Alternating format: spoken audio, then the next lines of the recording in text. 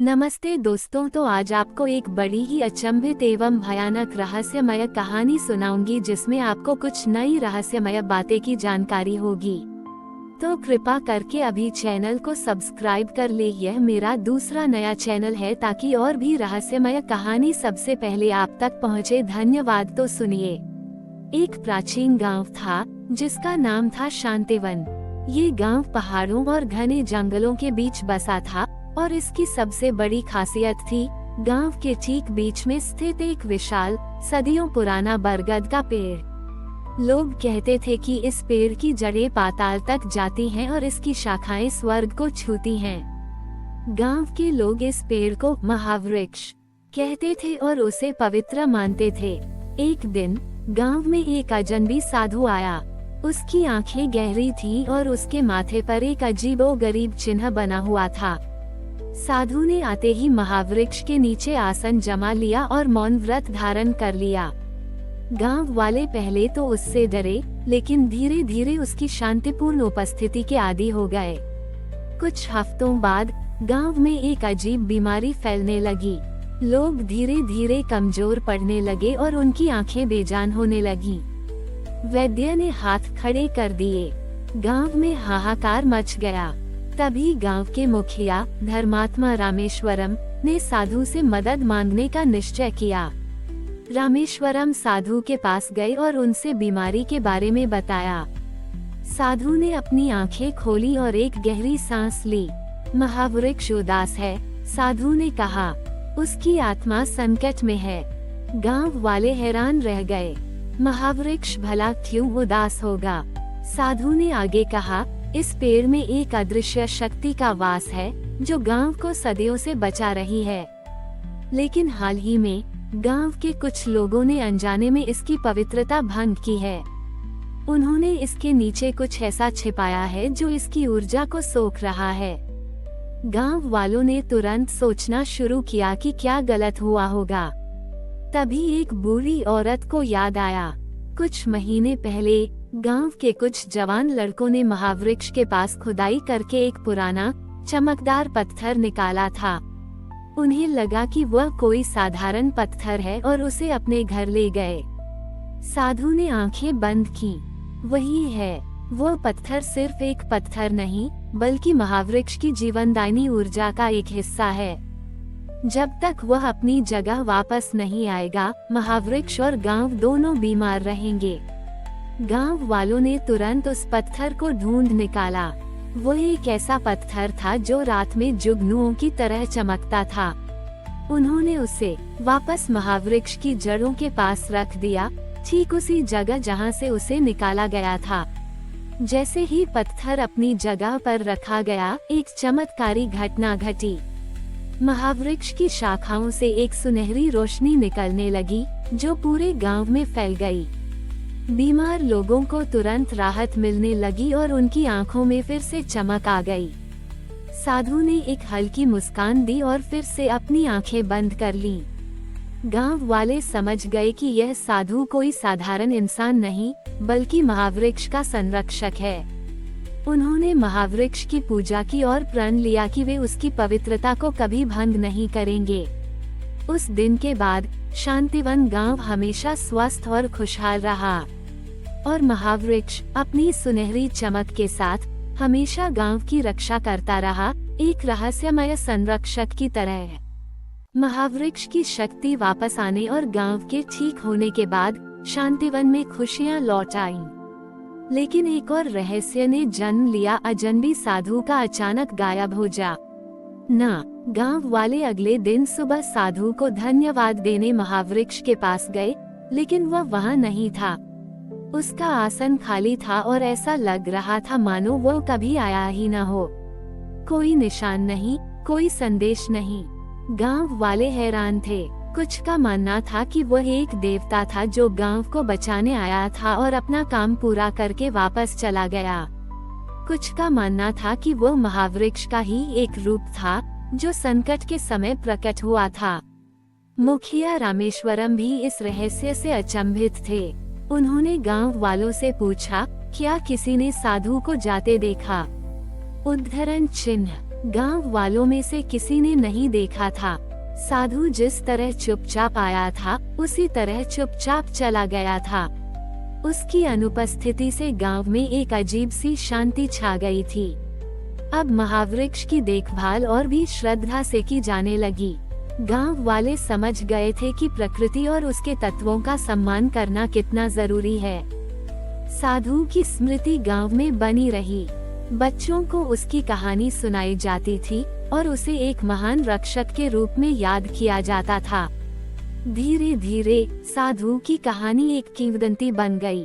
लोग कहने लगे कि जब भी शांतिवन पर कोई संकट आएगा, साधु किसी न किसी रूप में वापस आएगा या महावृक्ष स्वयं गांव की रक्षा करेगा। गांव में शांति लौट आई थी और महावृक्ष पहले से कहीं अधिक भव्य और शक्तिशाली लग रहा था। उसकी पत्तियां और भी हरी थीं और उसकी जड़ों में एक अद्भुत चमक थी। गांव वाले अब जानते थे कि उनकी सुरक्षा किसी बाहरी शक्ति पर नहीं, बल्कि उनके अपने श्रद्धा और प्रकृति के प्रति सम्मान में निहित है। और इस तरह शांतिवन की कहानी चलती रही, जहां एक रहस्यमय साधु ने गांव को एक अदृश्य खतरे से बचाया और एक प्राचीन वृक्ष ने गांव वालों को अपने गहरे रहस्यों से अवगत कराया। साधु के जाने और महावृक्ष की शक्ति वापस आने के बाद शांतिवन में कुछ समय के लिए सब कुछ शांत रहा। गांव वाले अब महावृक्ष का और भी अधिक सम्मान करते थे और हर सुबह उसकी जड़ों के पास प्रार्थना करते थे। मुखिया रामेश्वरम ने ये सुनिश्चित किया कि कोई भी पेड़ के आसपास अनुचित कार्य न करे, लेकिन प्रकृति के रहस्य कभी पूरी तरह सुलझते नहीं।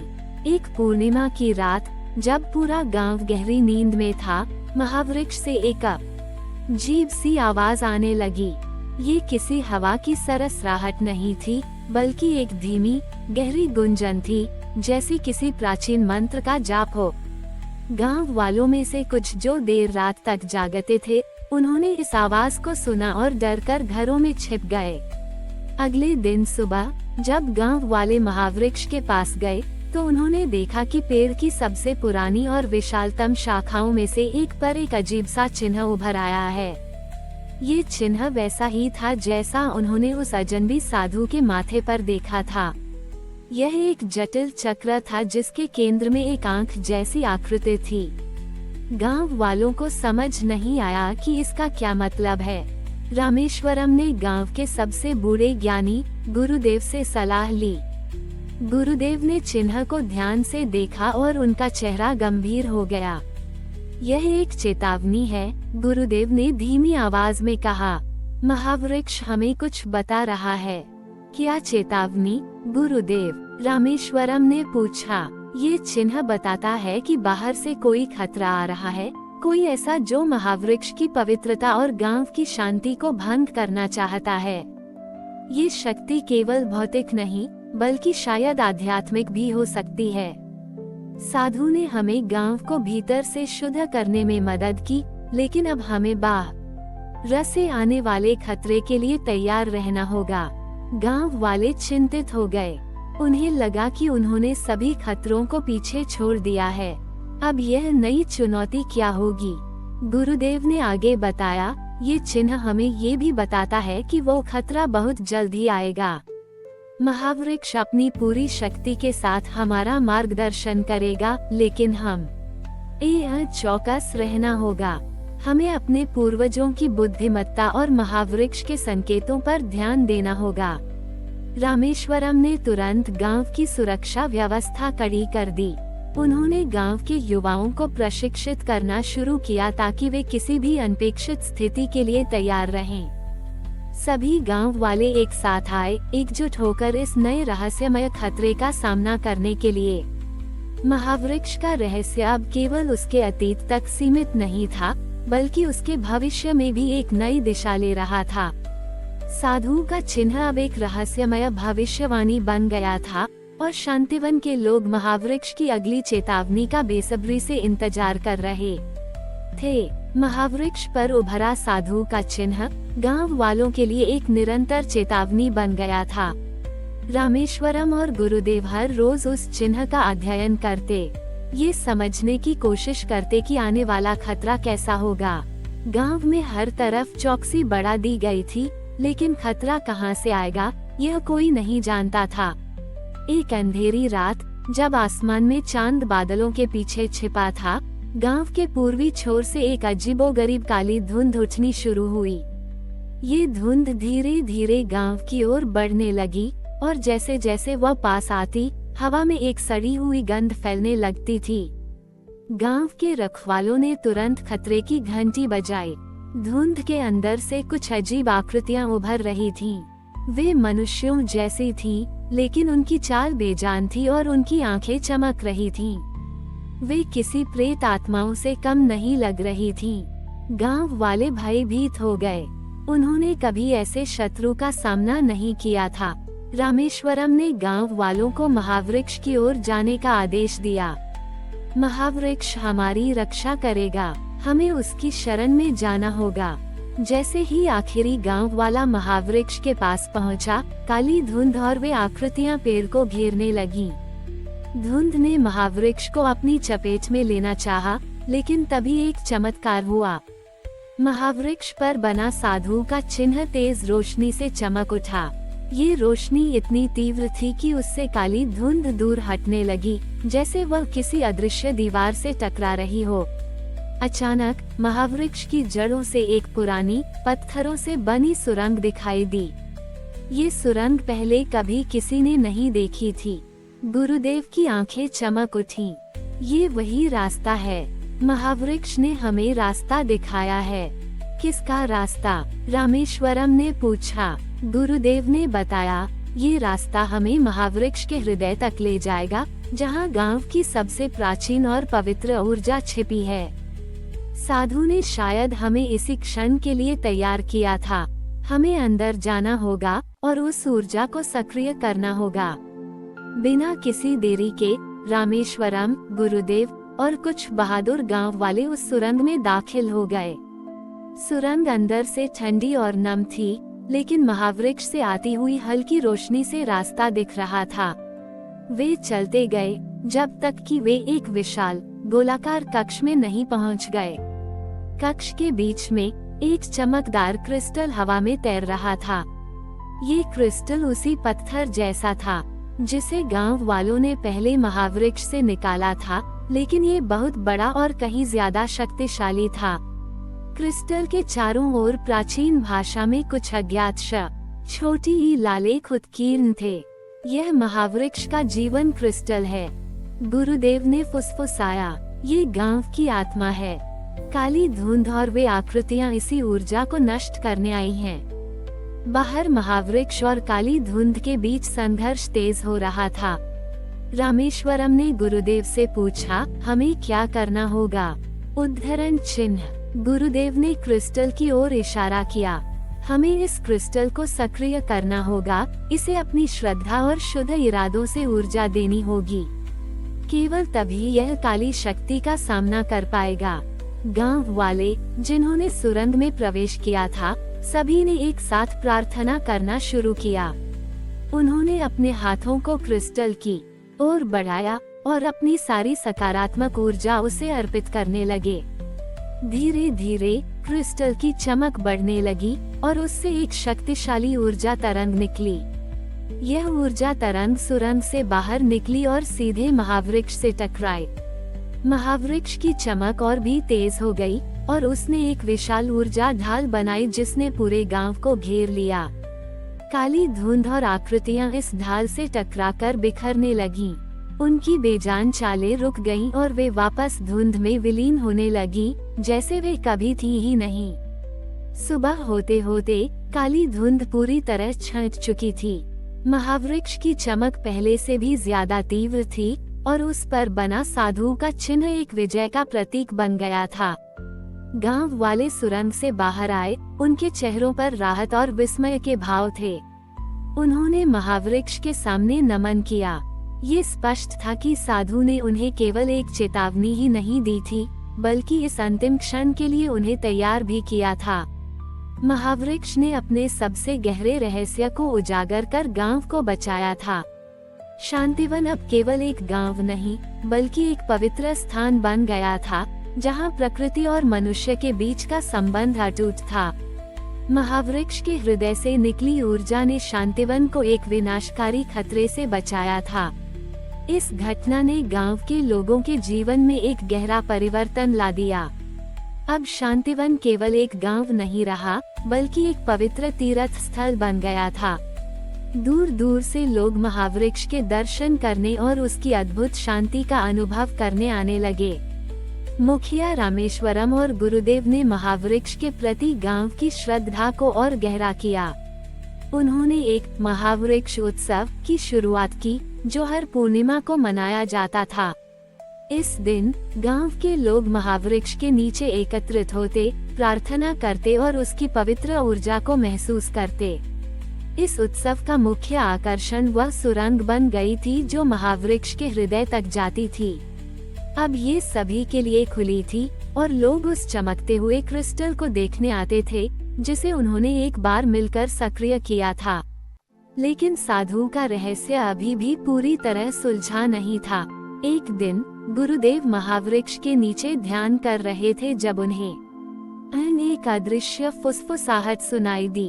आवाज इतनी धीमी थी कि वह लगभग हवा में घुल रही थी, लेकिन गुरुदेव ने उसे स्पष्ट सुना।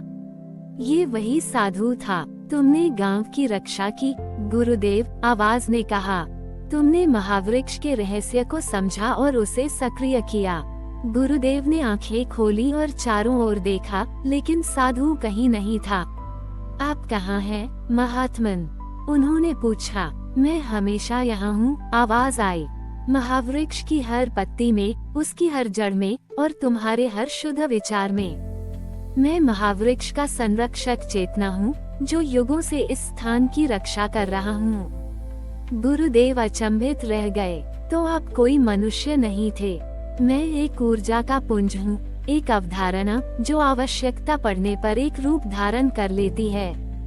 जब शांतिवन पर बाहरी शक्तियाँ हावी होने लगी और भीतर से पवित्रता कम होने लगी, तो मुझे एक भौतिक रूप लेना पड़ा ताकि मैं तुम्हें मार्ग दिखा सकूं। तुमने उस पत्थर को हटाकर महावृक्ष की जीवनदायिनी ऊर्जा को कमजोर कर दिया था और मैंने तुम्हें उसकी गंभीरता समझाई। साधु की आवाज ने आगे कहा, अब जब तुमने महावृक्ष के हृदय को पहचान लिया है और उसकी ऊर्जा को सक्रिय करना सीख लिया है, तो मेरी भौतिक उपस्थिति की कोई आवश्यकता नहीं है। अब तुम स्वयं ही महावृक्ष के अगले संरक्षक हो, गुरुदेव। तुम्हें इस स्थान की पवित्रता बनाए रखनी होगी और आने वाली पीढ़ियों को इसका ज्ञान देना होगा। लेकिन वह काली धुंध क्या थी? गुरुदेव ने पूछा। वह नकारात्मक ऊर्जा थी जो अज्ञानता और लालच से पैदा होती है। वह महावृक्ष की पवित्रता को नष्ट करके अपने लिए शक्ति प्राप्त करना चाहती थी। लेकिन तुम्हारी एकता और श्रद्धा ने उसे परास्त कर दिया। आवाज धीरे धीरे मध्यम पड़ती गई, जैसे वह हवा में घुल रही हो। याद रखना, सच्चा धर्म बाहर की पूजा में नहीं, बल्कि अपने भीतर की शुद्धता और प्रकृति के प्रति सम्मान में है। महावृक्ष हमेशा तुम्हारा मार्गदर्शन करेगा। और फिर आवाज पूरी तरह शांत हो गई। गुरुदेव ने महसूस किया कि उनके भीतर एक नई ऊर्जा भर गई है, एक गहरा ज्ञान और जिम्मेदारी का भाव। साधु का अंतिम रहस्य सुलझ गया था। वह कोई बाहरी व्यक्ति नहीं, बल्कि महावृक्ष की ही एक जीवित चेतना था। गुरुदेव ने गांव वालों को यह नया ज्ञान दिया।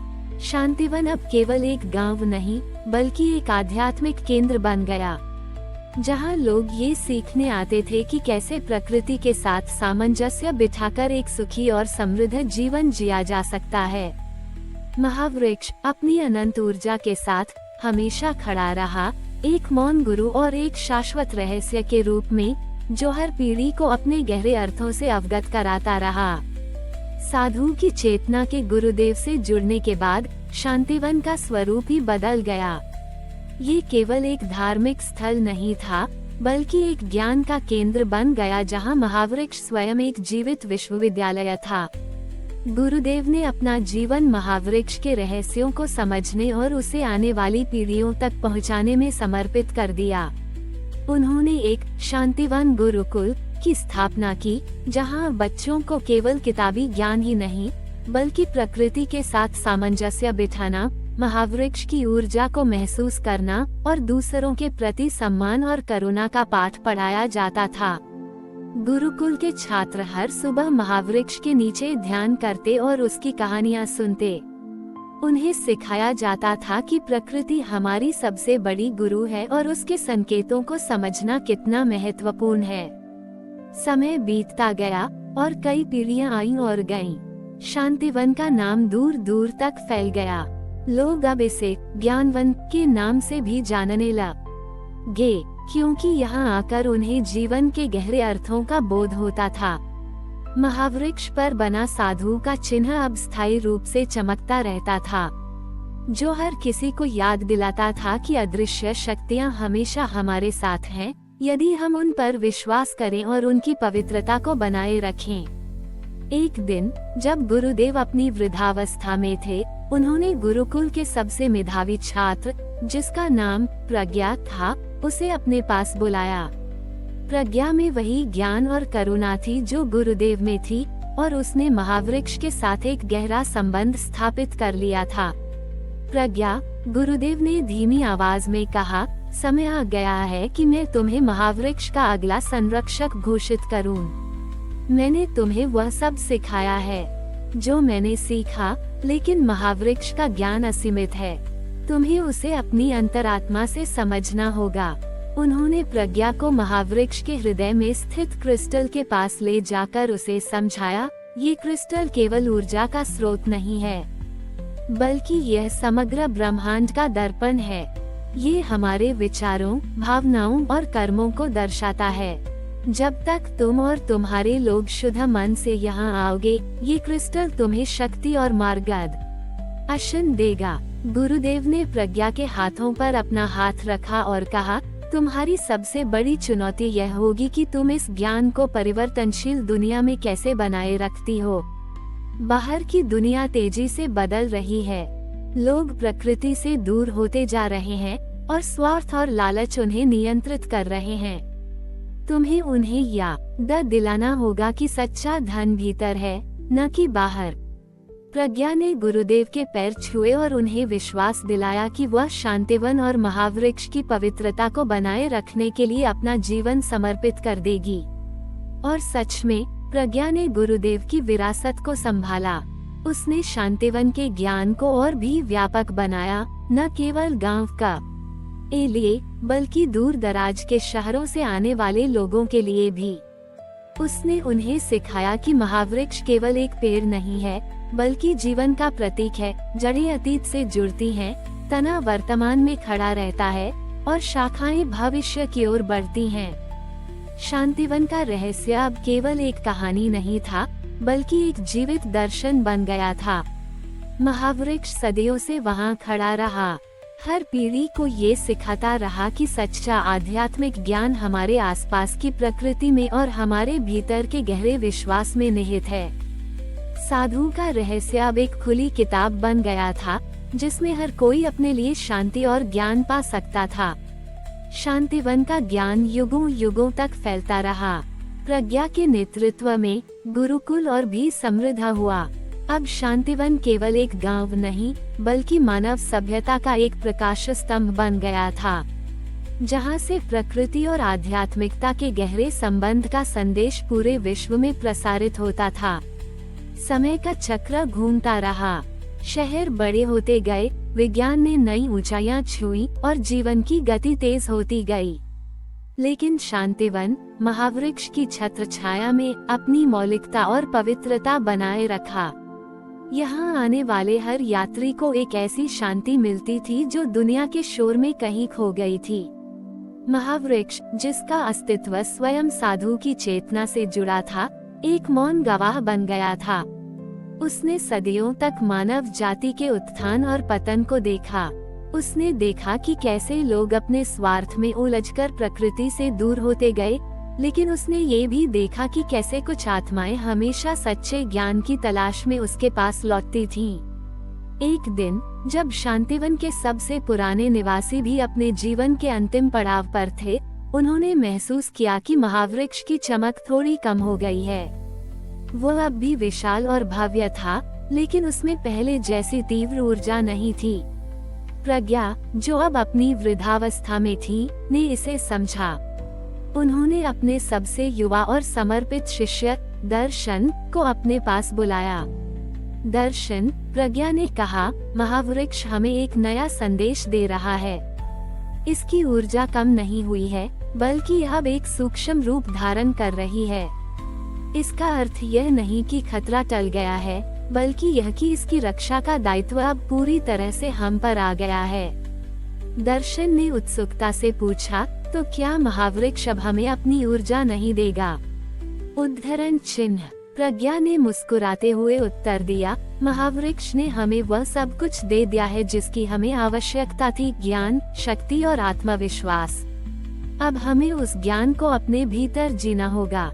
हमें समझना होगा कि साधु का रहस्य और महावृक्ष का शाश्वत संदेश केवल एक पेड़ या एक पत्थर में नहीं, बल्कि हमारे अपने हृदय और हमारे कर्मों में है। उन्होंने आगे कहा, वह काली धुंध और वे आकृतियां बाहरी खतरे नहीं थे, बल्कि मानव मन के भीतर पनपने वाले अज्ञानता, भय और स्वार्थ के प्रतीक थे। जब तक हम अपने भीतर की इन नकारात्मक शक्तियों को नियंत्रित नहीं करते, तब तक बाहरी दुनिया में शांति नहीं मिल सकती। महावृक्ष ने हमें ये सिखाया कि सच्ची सुरक्षा और समृद्धि हमारे नैतिक मूल्यों, हमारी एकता और प्रकृति के प्रति हमारे प्रेम में है। उस दिन के बाद शांतिवन का दृष्टिकोण बदल गया। लोग अब केवल महावृक्ष की पूजा नहीं करते थे, बल्कि उसके सिद्धांतों को अपने जीवन में उतारते थे।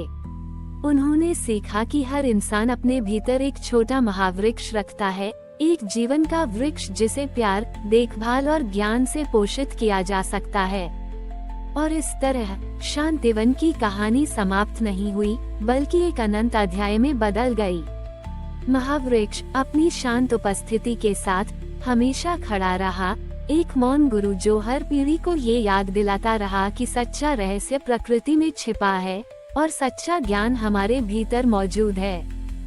साधु का रहस्य अब हर उस व्यक्ति में जीवित था जो शांति, सद्भाव और प्रकृति के साथ एकात्मता की तलाश करता था। शांतिवन अब केवल एक स्थान नहीं, बल्कि एक जीवन शैली बन गया था। ये कहानी का अंत है। क्या आप इस यात्रा से संतुष्ट हैं, या आपके मन में कोई और प्रश्न है? हमारी और भी आध्यात्मिक एवं अनोखी कहानियाँ देखने के लिए हमारे चैनल पर जाएं तथा धार्मिक एवं पौराणिक अनोखी कहानियाँ हमारे चैनल पर है। कृपया जाके देखें तथा हमारे चैनल को सब्सक्राइब करके रखें और वीडियो लाइक जरूर करें। धन्यवाद।